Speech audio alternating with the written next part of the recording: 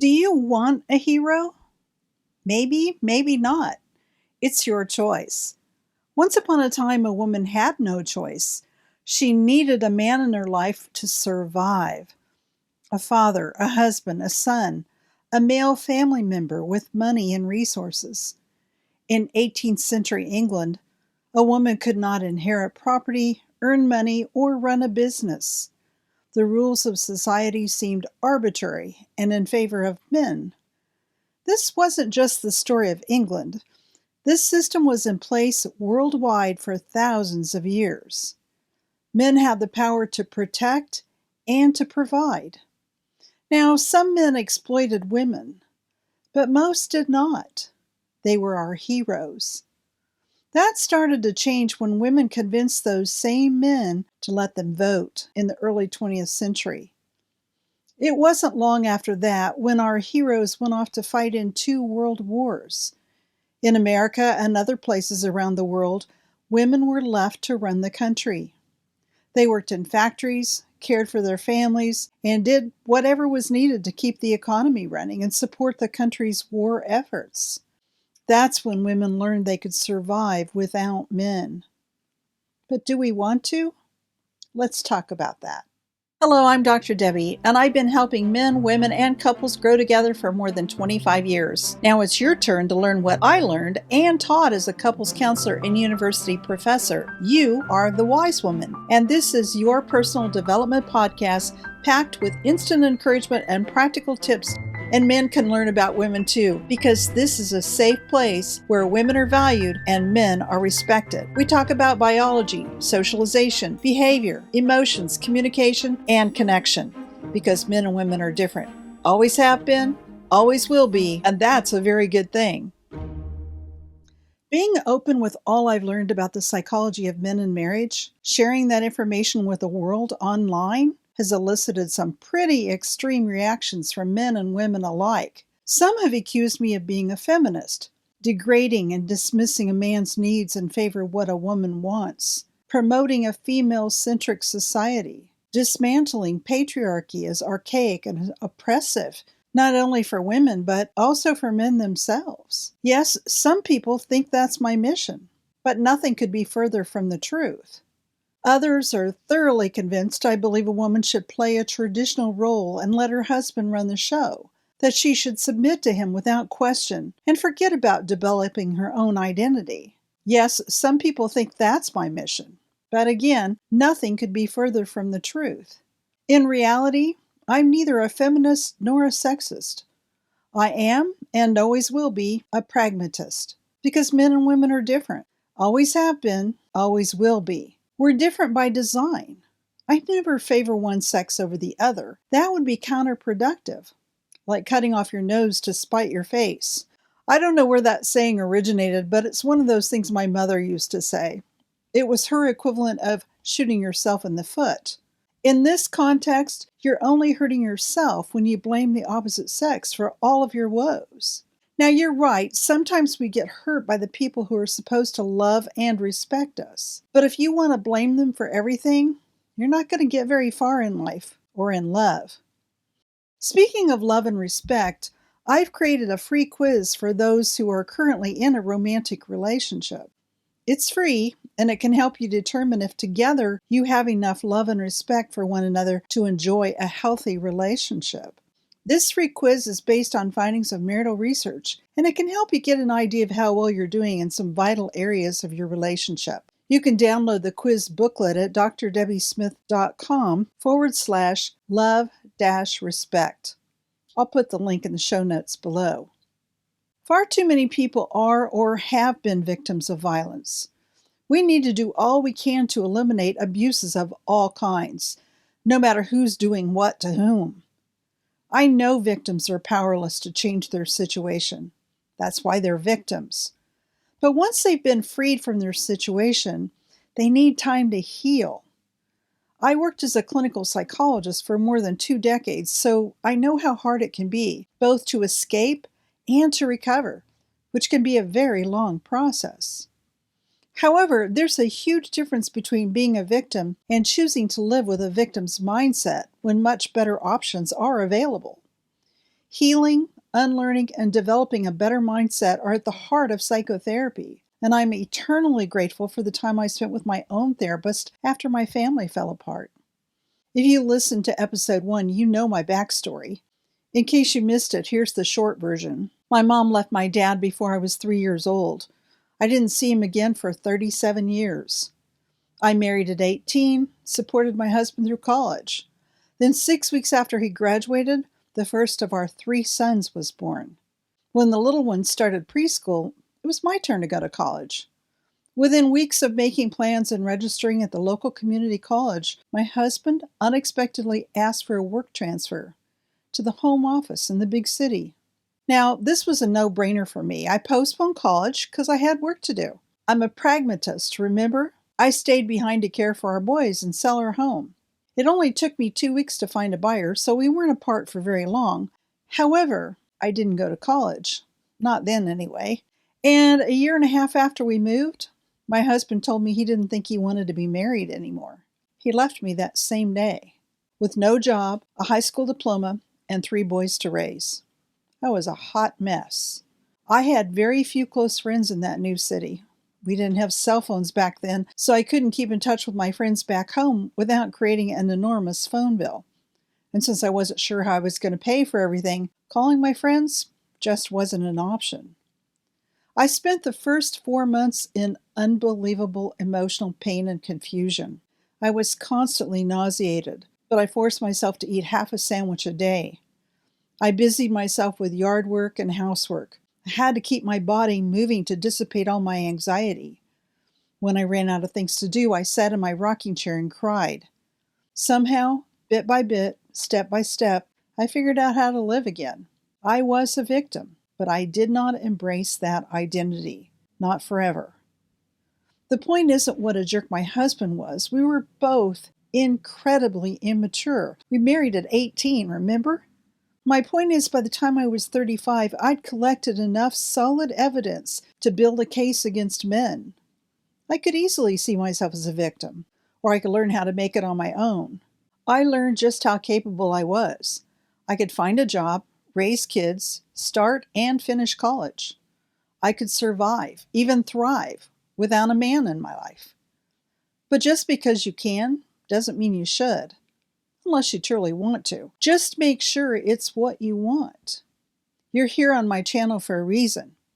Figure out what your reason is, and never settle for less than your dream. 20 years after my husband left, I was asked to speak at an event in Los Angeles as a relationship expert. Who saw that coming the day my husband left? Certainly not me, or anyone who knew me back in the day. I'll never forget a young woman who approached me after my talk that Saturday morning in Beverly Hills. She told me she'd given up on men. She said she wanted a family, but hadn't been successful in relationships. She didn't care anymore. Her biological clock was ticking, so she decided she was going to go ahead and have a baby on her own. Now, with the medical technology available to her, she could become a single mom. She didn't need a man. She had a great career, so money wasn't a problem. She could provide for herself and a child. She appeared to be working very hard to justify her decision, to convince me that she had indeed figured it out.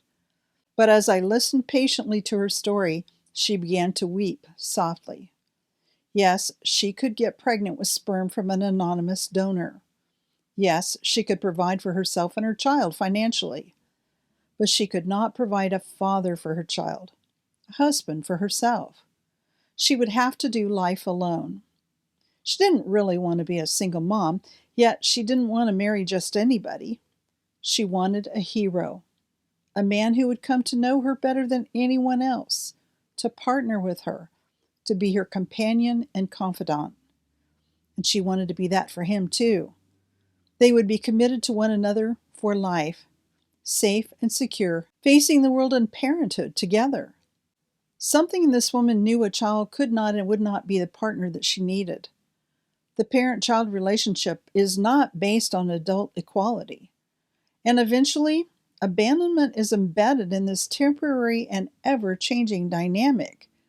If it's a healthy relationship, the child will move on to create a life of his or her own. Then where would she be? Back at square one. sad, alone, longing for a partner, wanting her own hero. I never saw her after that, and sometimes I wonder how life is going for her a decade later. I hope she didn't give up hope. I hope she found her hero, or that her hero found her, and that they created a beautiful family together. Now, if you're a single parent, you know it is the toughest job in the world. I've been there. It's one of those things you cannot fully appreciate until you've done it. Yes, people do. They do it and they do it really well. But it's never ideal. Not that being married is easy or ideal either, but it's a start. Of course, there are different challenges in marriage, so much more to learn, but also so much more to enjoy.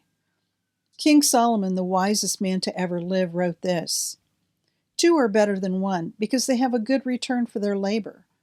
If either of them falls down, one can help the other up. But pity anyone who falls and has no one to help them up. Also, if two lie down together, they will keep warm. But how can one keep warm alone? Though one may be overpowered, two can defend themselves. A cord of 3 strands is not quickly broken." So what do you think? Have you asked yourself what you truly want? Do you want to do life on your own? Or do you want a hero? You may have a vague idea what you want from a man, but you need to be specific about your desires as you contemplate the possibilities. He should have certain qualities, of course. Although every man was born to be a hero, some have not developed the strength to be a hero. Too many women choose men with unfulfilled potential, then try to fix them. Yes, I've made that mistake a few times too. It can be a hard habit to break. A hero protects you without smothering you. He's always looking out for your best interests. He wants to see you grow and flourish. He knows when to step in, when to step up, and when to applaud your efforts. How cool is that? A hero provides something. He brings something of himself to the relationship. He's always looking for ways to contribute to the quality of your life. This isn't about money. It's about his presence and his wisdom, which both enrich your life, and you enrich his.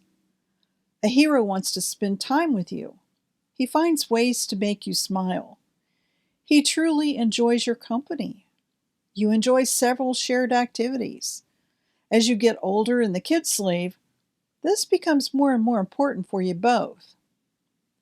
Do you fear it's too late to have such a hero? More than likely, it's not too late. You owe it to yourself to make whatever changes are necessary to see your dream fulfilled. If you're married already, your husband can be your hero. You once thought of him as having those qualities, or you wouldn't have married him, right? You could try to figure out why he's not behaving like a hero and spend years calculating what happened to him. And sometimes you just don't need to know what happened before you can make a change. Either way, you can put yourself on a different path with the framework I'm about to share with you. Chances are he'll follow you there, without manipulation and without him being fully aware of why he's so drawn to you. If you're single, I have good news for you too. You can use the same framework to help you attract the kind of man who wants to protect you, provide for you, and spend time with you, without manipulation or drama, without settling. A man who's attracted to manipulation and drama isn't the hero you're looking for. We could talk about all the things women do that attract the wrong kind of men, but we'll have to save that discussion for another day. As we dive into this 4-part framework, you need to know that changing a man for the better is impossible. If you try to change him, it will always backfire. Every single time. A man changes when he wants to, when he's inspired to do so. Inspired is another way to say he's naturally compelled to do something. That is, he can't resist the change. He wants the change. He'll pursue the change. I've watched this happen over and over with my clients, even in my personal life. It's great fun for you. You cannot lose no matter what he does or doesn't do, and it's great fun for him because he loves being the pursuer. It's a heavenly dance for both of you. Now, before I go over this framework, you need to know that these changes are for you, about you, a win for you. And if he plays his cards right, a win for him. Are you ready? Let's dive in. Number 1, build your confidence. There's nothing more attractive to a man than a woman who is truly confident in who she is. She's comfortable with herself, and that puts everyone at ease, even her husband. If you're not who you want to be, you can be confident that you'll figure out how to get there without stepping on anyone, without drama or manipulation, without dismissing men or trying to be a man. You are a woman. You are beautiful, brilliant, bold, blessed, and becoming even more so with every step you take. For more on the topic of confidence, listen to episode 2 of my podcast, A Woman of Noble Character. As you evaluate your own progress, be self-aware, not self-absorbed. Easy for me to say, right? The only reason I bring this up is because I get caught in that trap myself. Don't read too much into his nonverbal behavior, or anyone's for that matter. We worry way too much about what other people think. And a woman often bases part of her self-worth on what she thinks her husband thinks of her. Not what he actually thinks of her, but what she thinks he thinks of her. That's dangerous. Thin ice. Avoid it. To do that, you'll have to increase your self-awareness and figure out if you might be self-absorbed. That is, making too much of nothing. Your confidence will draw him toward you. Despite popular lore, a hero isn't always looking to save a damsel in distress. Yes, he feels good when he can help, but it's way more than that. A hero wants to win the attention of a confident woman, and he'll happily work hard to do so. Number 2, be yourself.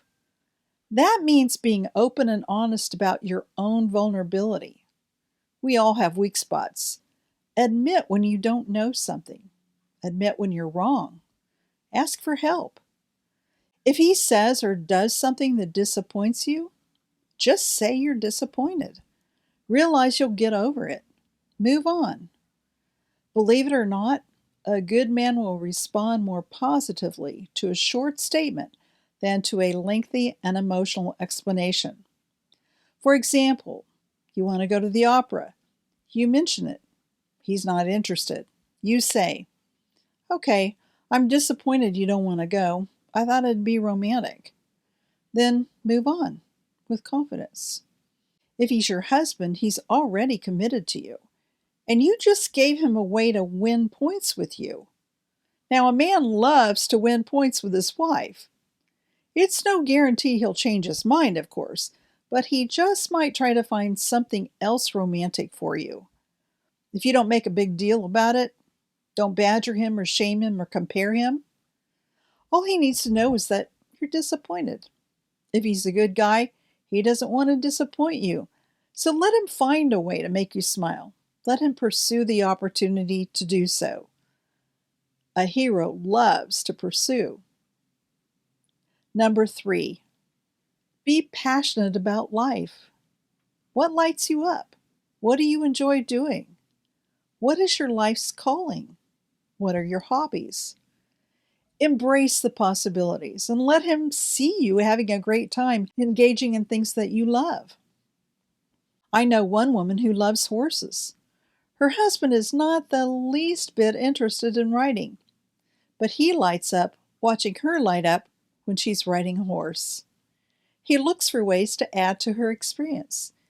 In fact, he recently bought her a horse so he can watch her light up even more. Her passion ignites his passion and makes him want to be her hero. Number 4, accept him just as he is. He's a person, not a project. When he does something that pleases you, let him know. Smile, touch his hand, kiss his cheek. When you show your appreciation for what he brings to your life, he'll work even harder to please you.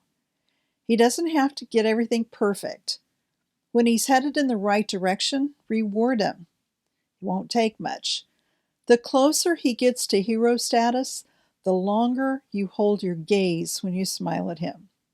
You wouldn't believe how much that melts a man. I've watched it happen in my office so many times. I remember one man in particular. His wife just turned and looked at him, and he totally forgot what he was saying. It was so sweet. By the way, I'm also saying that from personal experience. Okay, that's how you can put yourself on a different path with your husband. But what if you're single? How can you use this framework to help you date wisely? Well, you follow the same 4 principles. Build your confidence, be yourself, be passionate about life, and accept him for who he is. Now, a hero will automatically do the following things. First, he will protect you. Now, don't confuse this with trying to control you. A silver-tongued devil can be disguised as someone who just wants to take leadership.